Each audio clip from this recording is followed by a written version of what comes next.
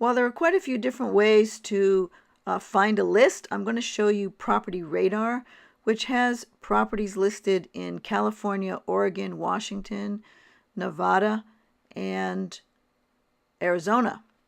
So we're going to log in, and what you first see is your dashboard, and you can see I have a bunch of lists saved on the left with alerts. It will update me when there's a new property that meets the criteria of that list.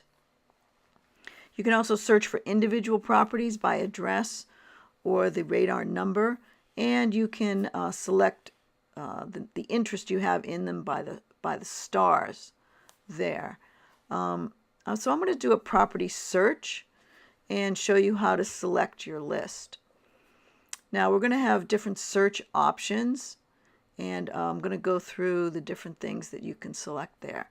The first thing I'm going to do is select only single-family homes and eliminate the other types of property from my list. So for these purposes, we'll do single families, and we'll do 2 bedrooms and up. I prefer 3, but sometimes older homes have 2, and it's a big bang for your buck by adding another bedroom. I usually go 900 to 1600. Those are really good sizes to use. And I usually go older than 1980, and I want to have no pool in my selection.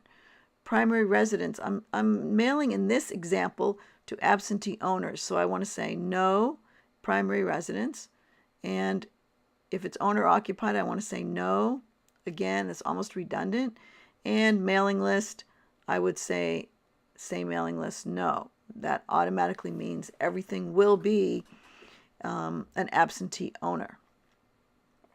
So I'm going to go on to value, and I'm going to select 50,000 up to a maximum of 150,000.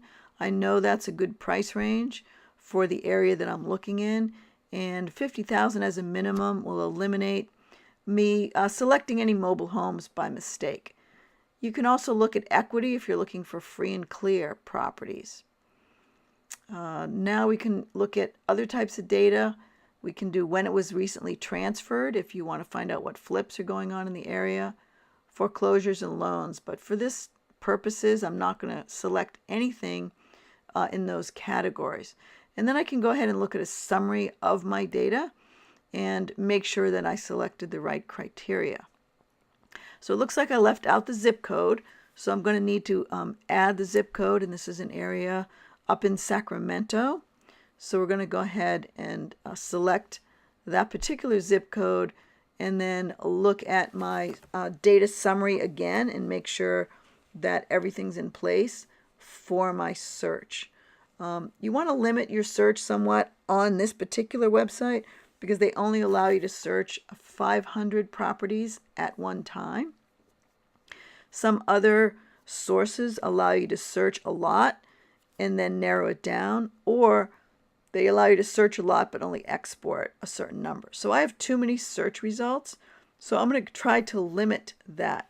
Sometimes I do it by going down in price range.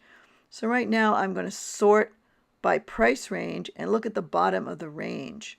So I scroll down to the bottom, but I think what I'm going to find here is that there's so many houses really close to that $150,000 range that I can't really find a good cutoff point to eliminate some of them to get down to the 500 that I want to search. So looking at that, I'm going to have to find another way to limit my search. So what I'm going to do is go ahead and limit the search in a different way. I'm going to limit the search by when the property was purchased. So I'm going to look at purchase date, because if someone just purchased a property recently, they're probably not going to have problems with it in the first year. In fact, you can buy a lot of deals from landlords after they put their first tenant in, and the tenant moves out after a year, and they realize how difficult it is to put the next tenant in, or they end up with a trashed property. Then is a really good time to buy from those particular owners. So I'm going to change the search criteria a little bit and eliminate houses that have been bought just in the last year. So I'm going to look over at my property details. There's not much I can change here. I could go down to 1,500 square feet. That's another possibility. Or make them slightly older by changing the date. So I'm going to go to more and look at the transfer date and see if I can eliminate some of the properties. Unfortunately, it's kind of a guessing system. You don't really know how many properties you've eliminated until you do the search again. So I'm going to pick a date range, and I'm going to pick the date range from now going backwards until the end of 2013. So about the last year and 4 months. And I'm going to use that as a way to eliminate some of the properties and end up with a good list that's just under 500. So that's something that I can afford to mail to. So I'm going to make the list go from 1940 and make that go up to the 1st of January.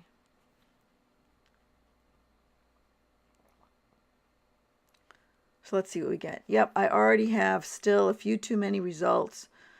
I've eliminated some of them, so I'm going to go back and change that date range and not bring it all the way out to June. Just a year ago, I'm going to make it more like a year and a half, like I had mentioned before, instead of just 1 year, because 1 year didn't eliminate enough properties for me to make this work. All right, so now I have, looks like 469 properties, just the right number.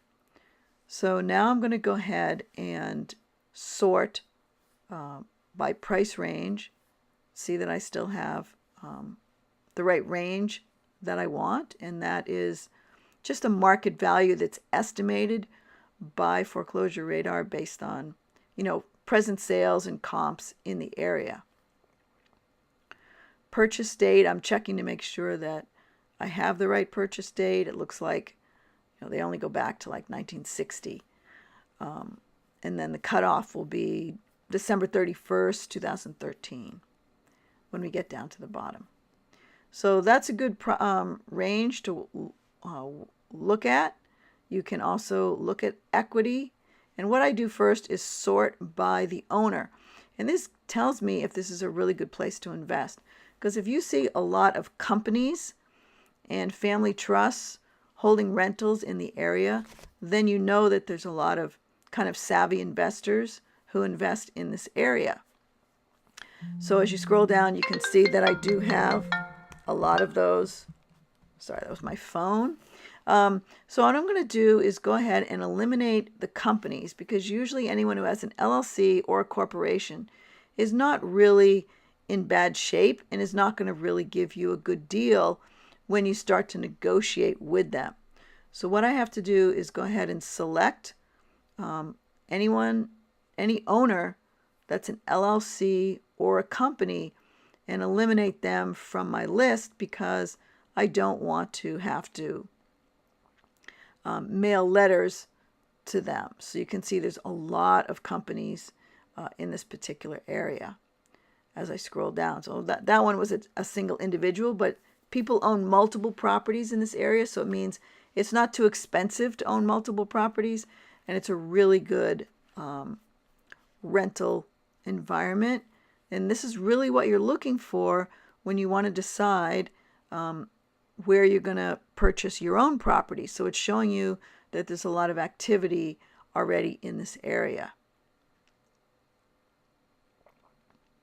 So I'm going to go ahead and sort by owner. And in some of the websites that you use, you might have to export your list before you sort by owner, so that you don't do that right in the system. You actually just export the whole list and do a lot of this sorting in Excel. But here, it's a very good website, and it allows me to do some of my sorting and elimination before I do the exported list. And what I do when I export the list is I often go and send that list to a virtual assistant. And I have my virtual assistant do the mail merge and a lot of the activities that take a little bit of time for me, and I just have them do it, and so that they it's very quick for them, especially when they're doing it over and over again. And then they just upload the file back to me in a Dropbox or box.net type system, and that way you can get this done fairly quickly. But I'm just going to show you here how to do it, so that if you don't have a virtual assistant yet, you'll know how to do it yourself. And then as you develop your investing, you'll be able to hire a virtual assistant to do this for you. So as you can see, I'm checking on the left and eliminating all of the properties that are owned by individual companies. And it's going to keep doing this for a little while. I did edit some of it out so that you don't have to see too much of it, but there are a lot of companies. I keep anything that's in a trust. If it's a limited partnership, I know they're very sophisticated, and I want to eliminate those. But if it is in a trust or a family trust, I will keep those. If it's in someone's IRA, I know that could just be an individual with one property in their IRA. And so I will keep that in my list too, because that individual may pass on or may be tired of dealing with owning a property within their IRA and might be willing to sell that.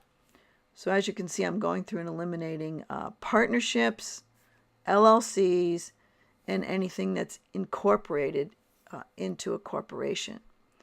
And I'm keeping all the properties that are in a trust. So it's going to keep going through. I'm going to keep going through and eliminate these in the list. All right, I'm going to expand this list up a little bit so I have more room to work with.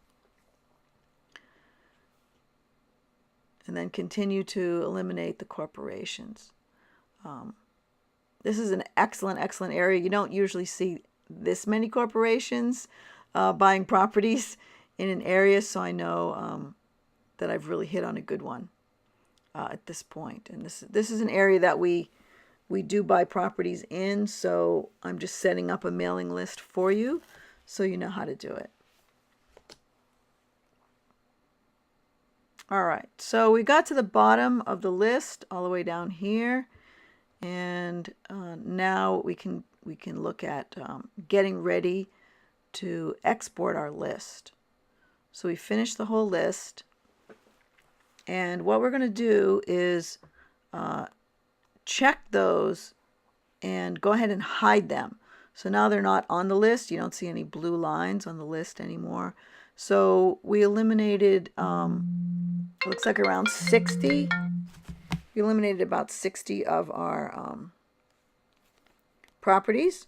And so now when I export the list, I'm going to save my current search and give it a name, type it in and save that search.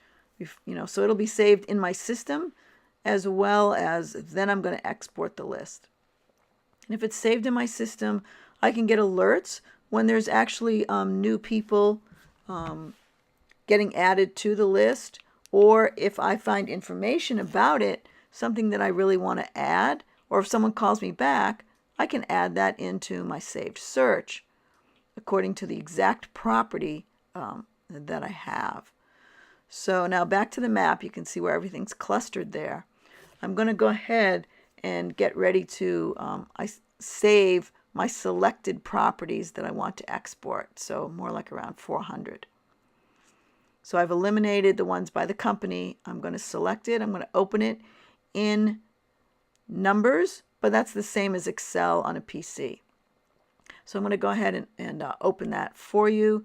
In the next video, I'll tell you how to go ahead and sort that list and use it.